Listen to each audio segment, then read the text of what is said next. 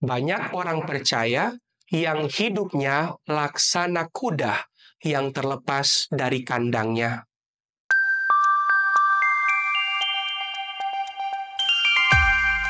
Hari ini kita akan membaca dan merenungkan bersama-sama Mazmur pasal 32 ayat 8 dan 9.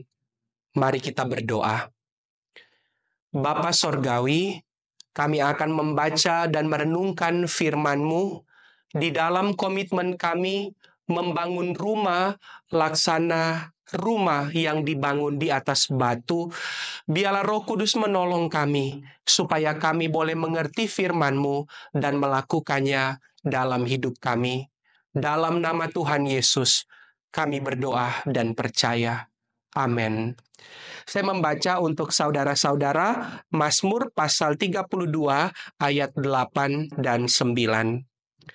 Aku hendak mengajar dan menunjukkan kepadamu jalan yang harus kau tempuh. Aku hendak memberi nasihat, mataku tertuju kepadamu. Janganlah seperti kuda atau bagal yang tidak berakal, yang kegarangannya harus dikendalikan dengan tali les dan kekang. Kalau tidak, ia tidak akan mendekati engkau. Saudara-saudara, dosa yang kita lakukan adalah bentuk pemberontakan kita kepada Tuhan. Saat kita berdosa, kita memilih untuk tidak percaya kepada Allah, tidak mempercayakan diri kepadanya, dan memilih untuk tidak taat. Di dalam bahasa anak sekolah minggu yang biasa kita gunakan, dosa membuat kita memilih untuk tidak menjadi dengar-dengaran kepada Allah. Pada akhirnya, dosa yang adalah bentuk pemberontakan kita kepada Tuhan membawa banyak dampak dan konsekuensi yang buruk di dalam kehidupan kita. Sebagai orang percaya, saat kita mengakui dosa kita, saat kita mau berkomitmen tidak memberontak kepada Allah, memilih untuk taat kepadanya, maka disinilah terjadi perubahan di dalam hati kita yang mau taat kepada Tuhan. Sebagaimana Yeskiel berkata kepada umat Israel, hati yang keras seperti batu diubahkan Tuhan menjadi hati yang lembut seperti daging, yang menunjuk pada hati yang mau taat.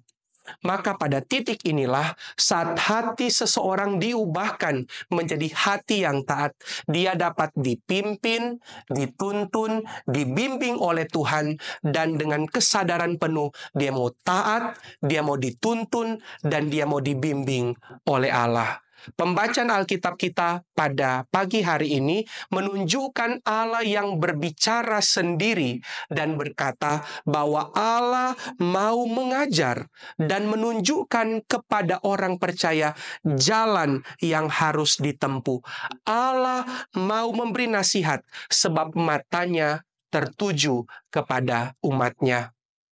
Di dalam kehidupan Daud, saat dia melepaskan dirinya dari ikatan dosa, Daud belajar untuk taat. Di dalam kehidupan Daud, kita menyaksikan hati yang mau taat, dan standar ketaatan Daud menjadi ukuran bagi setiap orang percaya sampai hari ini. Ketaatan Daud membedakan Daud dan orang-orang percaya di segala zaman, bahwa kita tidak seperti orang-orang yang digambarkan seperti kuda dan bagal yang harus dikekang dengan tali les atau kekangan yang membuat dia mau berjalan kemana dia harus berjalan. Saudara-saudara, selama perjalanan di padang gurun, orang Israel menunjukkan sikap yang berlawanan dari apa yang Tuhan kehendaki. Keluaran 32 ayat 25 mengatakan bahwa Israel seperti kuda yang terlepas dari kandangnya. Mereka tidak mau taat kepada Tuhan. Mereka memilih untuk berjalan sesuai dengan hikmat dan pikiran mereka sendiri. Namun saat Tuhan datang mengubah hati mereka, maka mereka bersedia taat. Bahkan bila hal itu melalui hukuman dan didikan yang keras.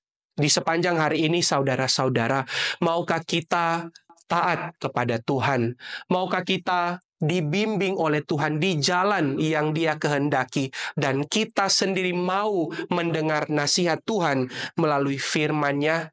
Biarlah kita nyata sebagai orang-orang percaya yang telah ditundukkan, yang telah tunduk kepada Tuhan dan mau taat kepadanya, dan bukannya seperti kuda yang terlepas dari kandang.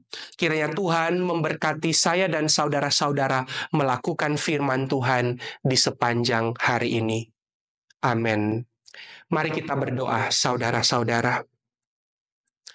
Bapa Sorgawi, kami sadari ketidaktaatan dan pemberontakan kami telah mendatangkan banyak konsekuensi yang berat di dalam kehidupan kami. Kami rindu hati kami diubahkan menjadi hati yang taat. Biarlah Roh Kudus menolong kami untuk taat kepada firman-Mu, mendengar nasihat firman-Mu, dan kami lakukan itu dalam hidup kami setiap hari. Dengar doa kami ya Bapa, dalam nama Tuhan Yesus kami berdoa dan percaya. Amin.